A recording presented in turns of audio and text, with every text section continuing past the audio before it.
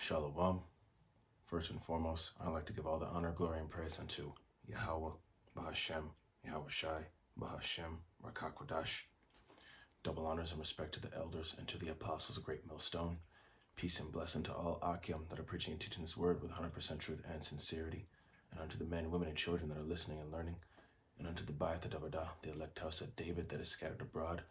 I give you my utmost and sincere salutations. Tonight's lesson is on the law of jealousy. All right, so we're going to get started with the book of Numbers. Numbers chapter 5.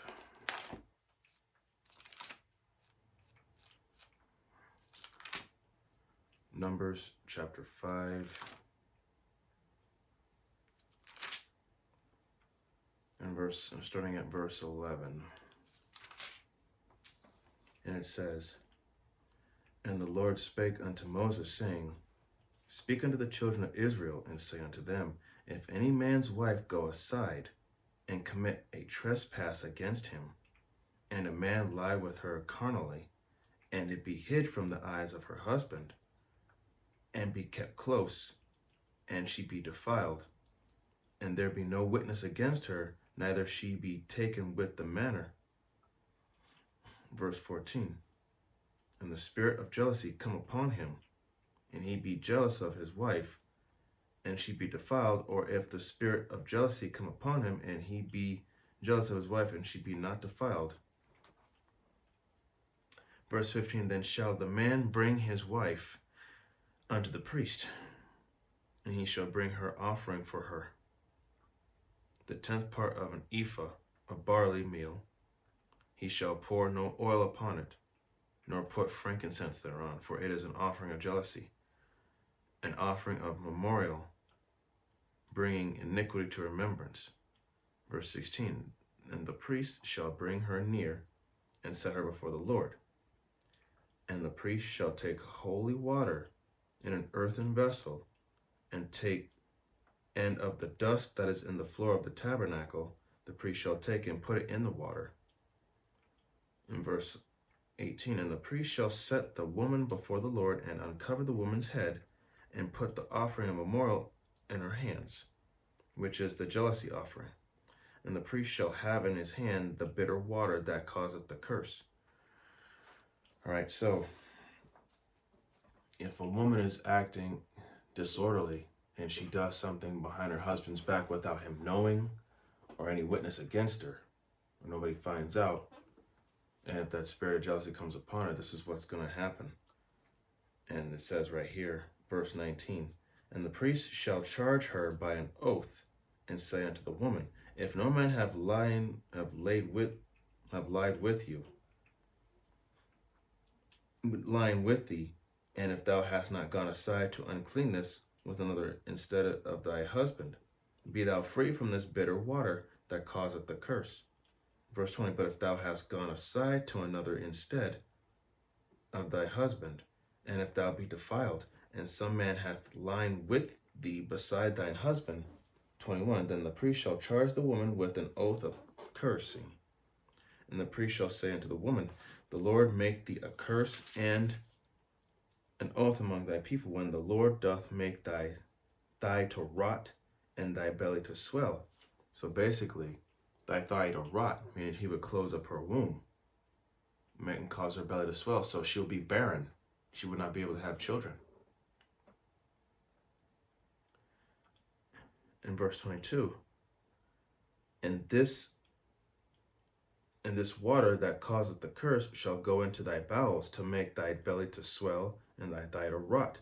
And the woman shall say, Amen, Amen. Amen, Amen." Verse 23, "And the priest shall write these curses in a book, and he shall blot them out with the bitter water. And he shall cause the woman to drink the bitter water that causeth the curse. And the water that causeth the curse shall enter into her, and become bitter." Verse 25, "Then the priest shall take the jealousy offering out of the woman's hand, and shall wave the offering before the Lord, and offer it upon the altar. And the priest shall take an handful of the offering, even the memorial thereof, and burn it upon the altar. And afterward shall cause the woman to drink the water. Verse 27, and when he hath made her to drink the water, then it shall come to pass that if she be defiled, and have done trespass against her husband, that the water that causeth the curse shall enter into her, and become bitter in her body, and her belly shall swell, and her thigh rot. So again, closing up her womb, causing her stomach to bloat, basically. Okay? That'll be a curse unto her. And the woman shall be a curse among her people. She'll be made an example of. And a lot of you women, you're going to be made an example of, especially if you're, an Israelite woman and you have a man and you're doing things behind his back. Okay? According to our biblical law, the price for adultery is death. Okay? Verse 28. And if the woman be not defiled, but be clean, then shall she be free, and shall conceive seed, which means to, be impregnated, of course. 29. This is the law of jealousy, when a wife goeth aside to another instead of her husband, and is defiled. Or when the spirit of jealousy cometh upon him, and he be jealous over his wife, and shall set the woman before the Lord, and the priest shall execute upon her all this law. Then shall the man be guiltless from iniquity, and the woman shall bear her iniquity. She should be held accountable. Okay? And, a lot of you women, when you have a husband, there's certain, the only man that you should be flirting with and getting all touchy-feely with and getting intimate with is your husband, no other man. Okay? And, you say jealousy is insecurity. I mean, it's really not. In fact, let me get the book of Proverbs.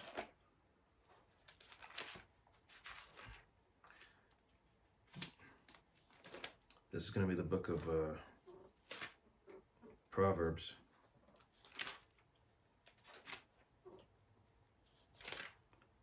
Proverbs chapter 6.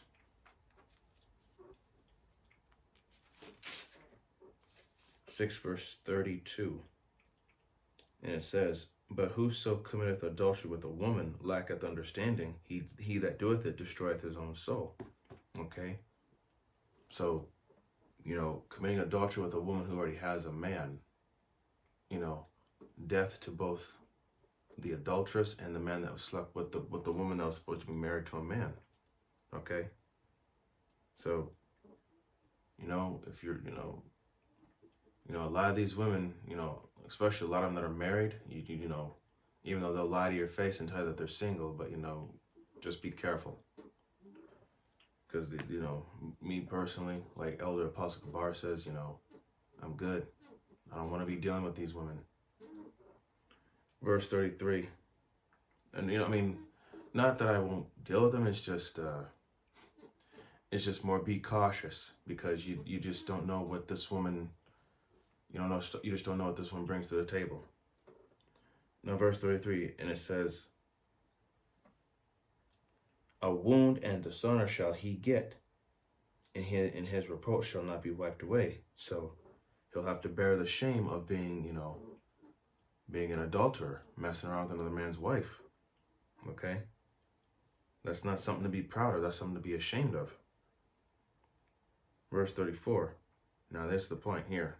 For jealousy is the rage of a man. Therefore, he will not spare in the day of vengeance.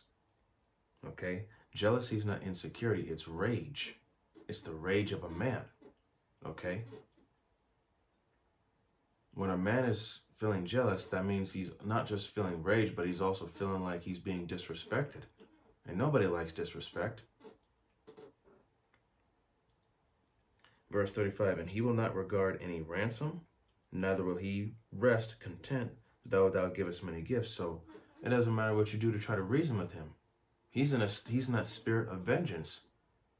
He wants payback for the disrespect, for the cause of jealousy. And a lot of you women, you just don't understand just how much rage that these men have for you women. And when I'm telling you, when Jacob's trouble goes into full effect, it's not going to be good.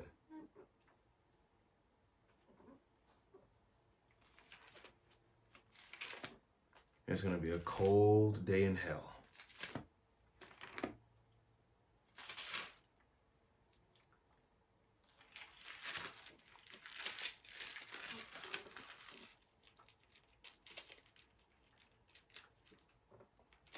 It's going to be Sirach chapter 26. It's going to be verse 6. And it says, "But a grief of heart and sorrow is a woman that is jealous of her over another woman, and a scourge of the tongue which communicateth withal." Okay, so a man can be jealous, but a woman, it's a grief of heart and sorrow for a woman to be jealous over another woman. See, that right there is an indicator that,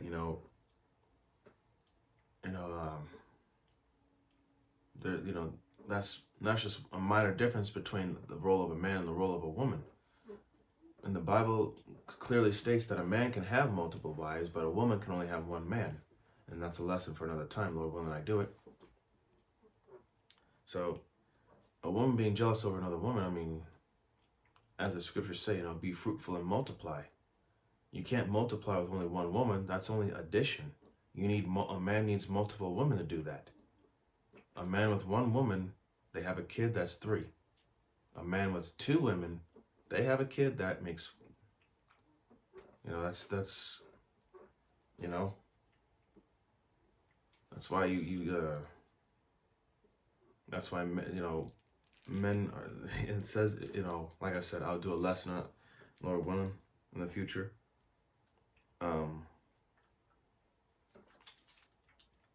Verse 7, and it says, "An evil wife is a yoke shaken to and fro. He that hath hold of her is as though he held a scorpion." So dealing with a woman that doesn't respect your boundaries or take heed to your instruction, and she just goes about doing whatever she wants, it's as though you held a scorpion. It's like if you're going to deal with this woman, be prepared to get hurt, because she's going to do things that are outside of your instruction, outside of your boundaries, outside of your rules. Okay, she's going to cause problems. Dealing with a lot of these modern day women, they're not relationship material. Overall, they're not marriage material, because all they're going to do is end up hurting you, causing you grief, vexation of spirit.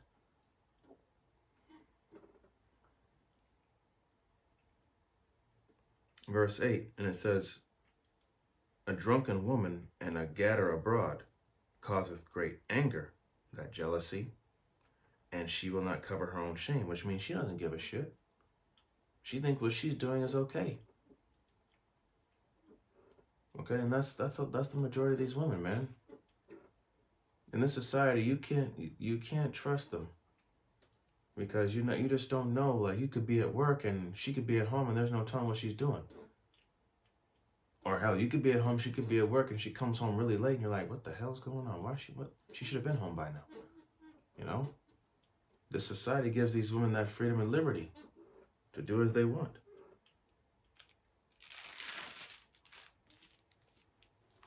That's why, if you know that you can't handle dealing with these type of women out here, the best thing for you to do is just to stay single. And don't get bent out of shape for it. Nowadays, these women are nothing but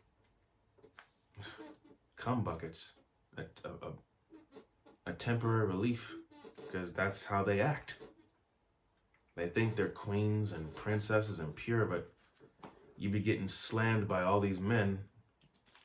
You're nowhere near pure. They're not in their right mind. Okay, this is going to be Deuteronomy 24, chapter 24, verse 1. And it says, "When a man hath taken a wife and married her, and it come to pass that she find no favor in his eyes, because he hath found some uncleanness in her, then let him write her a bill of divorcement, and give it in her hand, and send her out of his house." So if he found some uncleanness in her, if she doesn't, like I said, if she's doing things that, that's outside of, do something to be, to disrespect her husband, or outside of those boundaries, the man has every right to just give her that bill of divorce and send her ass on out the door. But nowadays, if you divorce someone, hopefully you've signed a prenup before you get married, so that way you don't lose half your shit. All right. Verse 2. And when she is departed out of his house, and she may go and be another man's wife, and if the latter husband hate her, and write her a bill of divorcement, and giveth it in her hand, and sendeth her out of his house, or if the latter husband die, which took her to be his wife, verse 4, her former husband which sent her away may not take her again to be his wife. After that she is defiled, for that is abomination before the Lord. And thou shalt not cause the land to sin, which the Lord thy power giveth thee for an inheritance. Okay? So, if you were to divorce your wife, give her the boot out the door, and then she finds another man, and he finds some displeasure in her, and he gives her a bill of divorce and sends her on her way, or if he dies, you can't take her back because that man had already been giving her the business. So, no, that woman's defiled now. She's just built for the streets, as most of these women are nowadays. Okay? So, once again, the punishment for adultery is usually is death. But in cases if your woman's just being disrespectful and she's not listening and taking heed and following your instruction and how she should conduct herself, that's a cause for concern, and more than likely you'll have to just give her that bill and send her out the door. Because you have to understand, you women are the glory of your husband, meaning by him you are to set the example of how the household, of how things are to be conducted within the household. Okay? That's why when you have a husband, you follow his lead. Okay? You are not his equal at all. All right? And roughly paraphrasing, the man is not of the woman, but the woman of the man. Okay? And the man was not created for the woman, but the woman for the man. Okay? You women were created for us men, not us for you. Okay? You are a possession. When you get a husband, you become his property. Okay? You belong to your husband. But you know what? In this society, you women are just going to keep fighting and rebelling until eventually y'all end up destroyed. And that's especially for you Israelite women, you so-called Negroes, Latinos, Native American, and Seminole Indian women. And you speckled birds whose father's line goes back. You're just going to continue to just do whatever the hell you want until eventually it's going to come back to bite you in the ass.